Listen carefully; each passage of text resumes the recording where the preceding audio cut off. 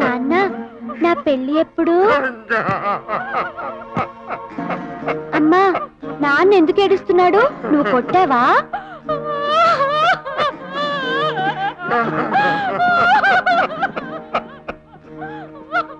పడుకో అమ్మా, పడుకో.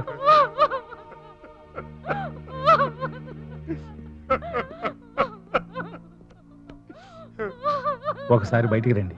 అమ్మాయి మెంటల్ షాక్ తింది. మీరేం కంగారు పడకండి. ఓ 2 నెలల పాటు షాక్ ట్రీట్మెంట్ ఇస్తే మళ్ళీ మామూలు మనిషి అవుతుంది. డాక్టర్ గారు, మాకు ఆ కూతురొద్దు. ఈ పిచ్చి పిల్లే కావాలి. ఏమిటండి మీరు మాట్లాడేది? తండ్రి ఉండి తండ్రిని కాబట్టే దాన్ని మేలు కోరి చెప్తున్నారు.